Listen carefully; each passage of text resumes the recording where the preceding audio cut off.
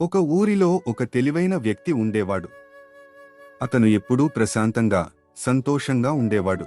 ఒకరోజు అతని స్నేహితుడు వచ్చి, నీకు ఇన్ని కష్టాలు ఉన్నా నువ్వు ఇంత సంతోషంగా ఎలా ఉండగలుగుతున్నావు అని అడిగాడు. అప్పుడు ఆ వ్యక్తి చిరునవ్వుతో ఇలా అన్నాడు, ప్రతిరోజూ ఉదయం నిద్రలేవగానే నా ముందు రెండు దారులు ఉంటాయి. ఒకటి, ఈరోజు నేను బాధపడుతూ గడపాలి. రెండు, ఈరోజు నేను సంతోషంగా ఉండాలి. నేను ఎప్పుడూ రెండో దాన్నే ఎంచుకుంటాను. మన చుట్టూ ఉన్న పరిస్థితులు మన చేతుల్లో లేకపోవచ్చు, కానీ వాటిని చూసి మనం ఎలా ఫీల్ అవ్వాలి అనేది మాత్రం మన చేతుల్లోనే ఉంటుంది. మనం దేని మీద దృష్టి పెడితే అదే పెరుగుతుంది. లోపాల మీద కాదు, ఉన్నదానితో తృప్తి పడితే జీవితం పరిపూర్ణంగా అనిపిస్తుంది. జీవితం అనేది ఒక అద్దం లాంటిది. మీరు దాన్ని చూసి నవ్వితే అది కూడా మీకు నవ్వునే తిరిగి ఇస్తుంది.